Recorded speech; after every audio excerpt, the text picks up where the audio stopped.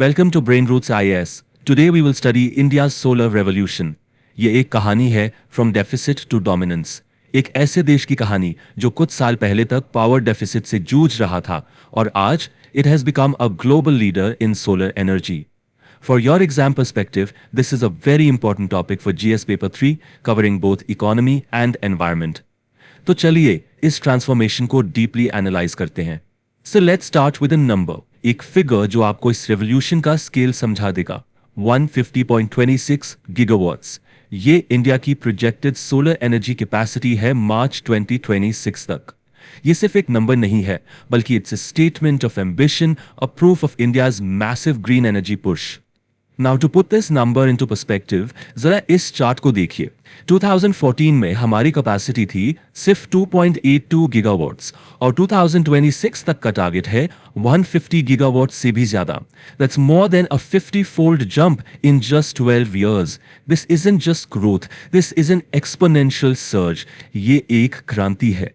आइए देखते हैं कि इस ग्रोथ का मतलब क्या है, specially in a global context. तो इस जबरदस्त ग्रोथ का रिजल्ट क्या हुआ? India is now ranked third globally in solar capacity. ये एक बहुत बड़ी अचीवमेंट है। इसका मतलब साफ है कि इंडिया अब क्लीन एनर्जी स्पेस में सिर्फ एक फॉलोअर नहीं है, बल्कि एक ट्रेंड सेटर है, एक लीडर है जो क्लीन एनर्जी के फ्यूचर को शेप कर रहा है। सो द नेचुरल क्वेश्चन जो यहां पर उठता है और जो आपसे मेंस में पूछा जा सकता है वो ये है कि आखिर ये सोलर एक्सप्लोजन हुआ कैसे? What were the key drivers behind this incredible transformation? Broadly speaking इस ग्रोथ के पीछे तीन मेन पिलर्स हैं। आप इसे एक ट्राइपॉड की तरह समझ सकते हैं।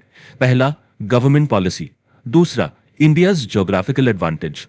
और तीसरा, टेक्नोलॉजी। चलिए इन तीनों को एक एक करके ब्रेक डाउन करते हैं।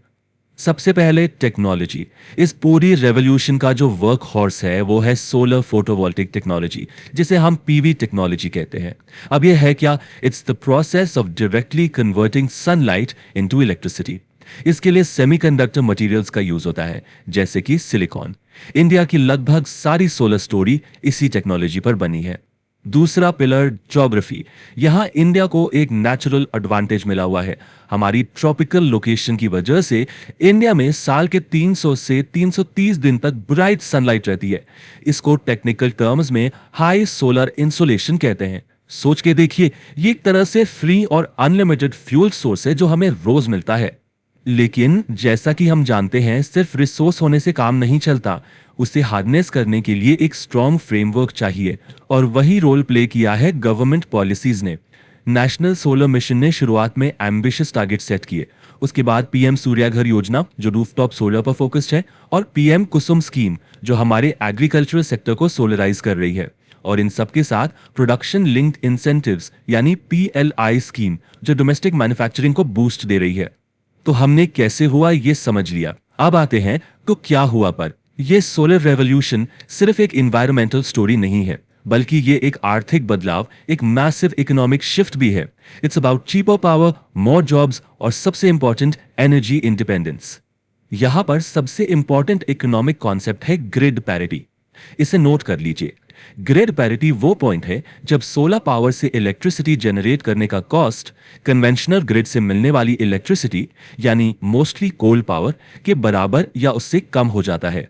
कोल के दाम ऊपर नीचे होते रहते हैं, हमें उसे इंपोर्ट करना पड़ता है, बट सनलाइट, उसका फ्यूल कॉस्ट जीरो है। इसीलिए आज सोलर पावर सिर्फ एक एनवायरमेंटल चॉइस नहीं, बल्कि एक स्मार्ट इकोनॉमिक चॉइस बन गया है। और ये इकोनॉमिक शिफ्ट सिर्फ सस्ती बिजली तक सीमित नहीं है, ये आत्मनिर्भरता यानी सेल्फ रिलायंस के बारे में भी है। आत्मनिर्भर भारत इनिशिएटिव के तहत डोमेस्टिक सोलर पैनल मैन्युफैक्चरिंग पर बहुत जोर दिया जा रहा है। आप ये फिगर देखिए, 52,900 करोड़ से ज्यादा का इन्वेस्टमेंट इस सेक्टर में आया है। मकसद साफ है, इंपोर्ट्स पर अपनी डिपेंडेंसी कम करना। लेकिन एक बैलेंस्ड व्यू के लिए यह समझना भी जरूरी है कि आगे का रास्ता आसान नहीं है। हर सक्सेस स्टोरी में कुछ हर्डल्स होते हैं। तो अब हम डिस्कस करेंगे फ्यूचर हर्डल्स यानी आगे की चुनौतियों को। और सोलर पावर का सबसे फंडामेंटल चैलेंज इस एक सिंपल सवाल में छिपा है।